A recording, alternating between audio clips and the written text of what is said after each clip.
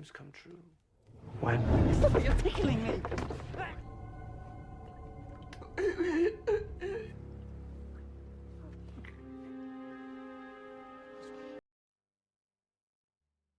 In the quiet countryside of 19th century France, a young girl named Thérèse Raquin begins her life in silence and duty. Thérèse is an orphan. Her mother passed away when she was very young, and her father left her with his sister before going away on a tour in Africa, never to return. And she is taken in by her aunt, Madame Raquin, a stern, strict, practical woman who believes she knows what's best for Thérèse. She raises her niece alongside her own frail, sickly son, Camille. From the start, Thérèse and Camille's relationship feels more like that of siblings than lovers. But Madame Raquin has other plans. From the moment Thérèse arrives, her life is shaped by one rule: obedience. She grows up beside Camille, not as a sister, not quite as a wife, but something trapped in between. As the years pass, Madame Raquin, practical and controlling, arranges for Thérèse to marry Camille. It's not a marriage born of love. It's one of duty and survival. Thérèse has no say in the matter. She accepts her fate silently, as she's always done. To her, it's logical, family staying with family. But for Thérèse, it's a sentence. Camille, however, is sickly and self-centered. He's dependent on his mother for everything, from decisions to comfort. Thérese's days are filled with monotony. She helps run their small clothing shop, sells fabrics, tends to Camille, and eats dinner while Madame Raquin hosts her small group of friends for evening domino games. Life for Thérèse feels colorless and suffocating. Each day is a repeat of the last, her youth fading away behind the counter of that dim shop. But her quiet misery is about to change forever. After the marriage, Madame Raquin decides that they need a fresh start. Camille has been offered a clerical job in Paris, and she insists that the family must move to the city. So, they sell their countryside home and relocate to a damp, narrow apartment above their small shop in a shadowy part of Paris near the river. They move to Paris. The new home sits above a small shop that Madame Raquin runs. Downstairs, Thérèse stands behind the counter all day, serving customers with polite smiles. Camille works at a dull office job and complains constantly.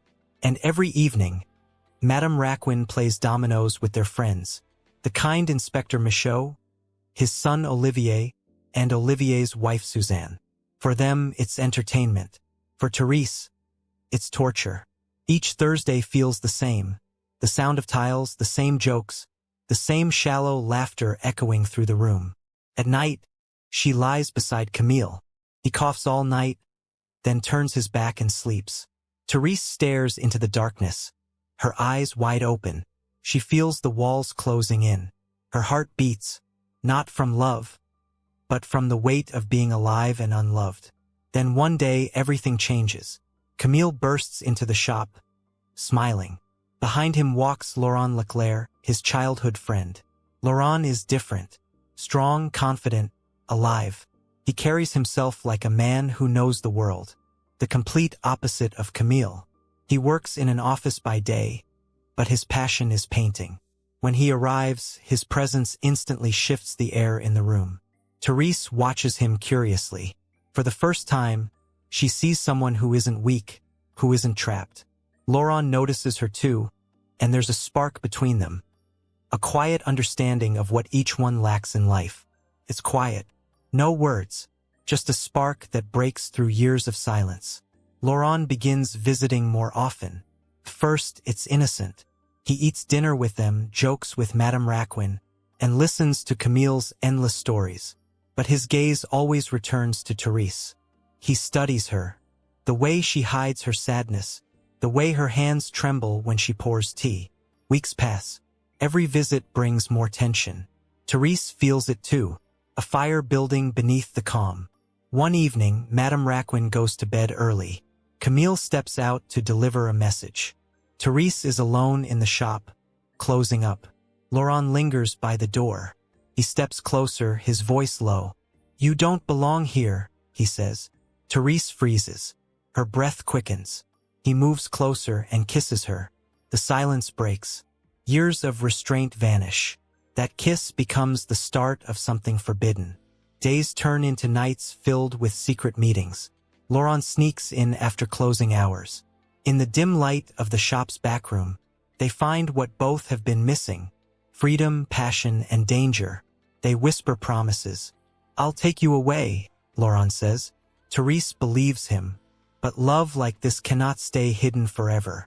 Each knock on the door makes her heart stop. Each sound from upstairs feels like discovery. Still, they can't stop. The affair grows stronger and darker.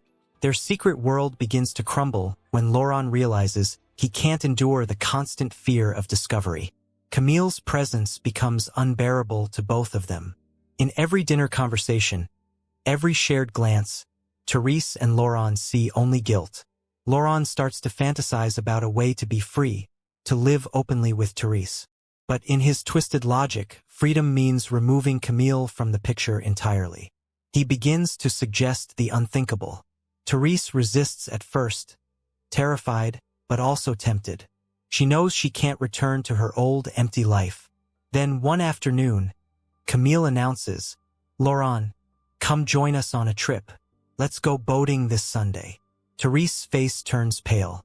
Laurent nods, his mind already turning with violent thoughts. The day comes. The boat glides across the calm river. Camille laughs, talking endlessly. Thérèse sits beside them, her hands trembling, her eyes darting. Laurent rose silently, staring at Camille. Then Camille says something, a mocking comment about Thérèse's quiet nature. Laurent's grip tightens on the oar. Camille laughs again, and suddenly Laurent explodes. He lunges forward, striking Camille. The boat shakes violently. Thérèse screams, "Stop, please!" But it's too late. The struggle ends when Laurent pushes Camille into the water. Camille gasps, then disappears beneath the surface. Only silence remains. Thérèse collapses in tears. Laurent stands still, panting, staring at the water. They row back in silence, their faces pale, clothes soaked, hearts burning with guilt. That night, they lie to Madame Raquin. They say Camille slipped, that the river claimed him before they could help. Madame Raquin screams with grief. Her cries echo through the house, and Thérèse stands beside her, feeling the weight of her crime sink into her soul. Weeks pass. Laurent visits often, pretending to comfort them.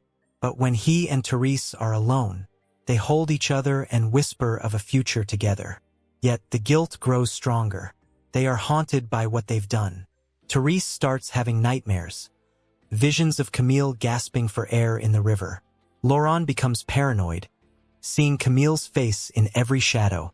They try to find comfort in each other, but every embrace feels cursed. Madame Raquin clings to Thérèse for comfort, unaware, or perhaps half-aware, that her son's death was no accident. Eventually, Madame Raquin and her friends suggest that Thérèse can't be lonely after all this time. She needs to move on. They tell her that she should marry Laurent instead of a stranger, and Laurent being a friend to Camille, she agrees to Thérèse marrying Laurent. Eventually, Laurent proposes to Madame Raquin. He asks to marry Thérèse. At first, she hesitates, but the thought of giving Thérèse stability again comforts her. The wedding is small, quiet, and hollow. Two sinners bound together in guilt. At first, they try to live as before, but soon, the house fills with tension. Laurent becomes irritable. Thérèse grows bitter. Their love, once burning hot, turns into disgust. Every touch reminds them of Camille's death. Every argument brings his name back. They begin to hate each other as much as they once desired one another. Their home becomes a prison of silence and resentment. Every creak in the floor, every flicker of candlelight feels haunted by Camille's presence. One evening, Madame Raquin collapses. A stroke leaves her paralyzed. She cannot move or speak, but she can see and hear everything. Trapped in her own body, she becomes an unwilling witness to the horror still unfolding around her. One night, Laurent and Thérèse argue violently. In their rage, they reveal their secret, the murder of Camille, right in front of Madame Raquin. She can't move, she can't scream, but her eyes fill with tears. Her trembling hand gives her away, but they don't notice. Now she knows the truth. Her son was murdered, and his killers live in her home. Days go by. Laurent feeds her soup. Thérèse helps her dress. Madame Raquin stares at them both, her eyes burning with fury. They feel her gaze. They know she knows. Over time, Madame Raquin tries desperately to communicate what she knows. When their friends visit for the usual domino games, she tries to signal them, moving her eyes, tapping her fingers. One day, a guest finally realizes what she's trying to say. He alerts the others, and slowly, the truth begins to surface. Laurent drinks every night. Thérèse barely eats. They live like ghosts under the same roof. Laurent begins to see Camille in every shadow. Thérèse dreams of drowning. Their love has rotted completely. Madame Raquin fights to expose them. With trembling hands, she dips a pen in ink and slowly writes on the flow, Thérèse, Laurent murders. A friend of Madame Raquin sees the writing on the flow first as she gets in the shop looking for her. Quickly out of fear, she runs to the police. That's when Thérèse sees it too. She is then carried by guilt, gets on her knees and asks Madame Raquin to forgive her, that she would give her life instead. But that is when Laurent busts in and get her up in a hurry, knowing someone might have seen the writing on the flow. Laurent and Thérèse realize that their secret can no longer be hidden. The police will come. The law will catch up.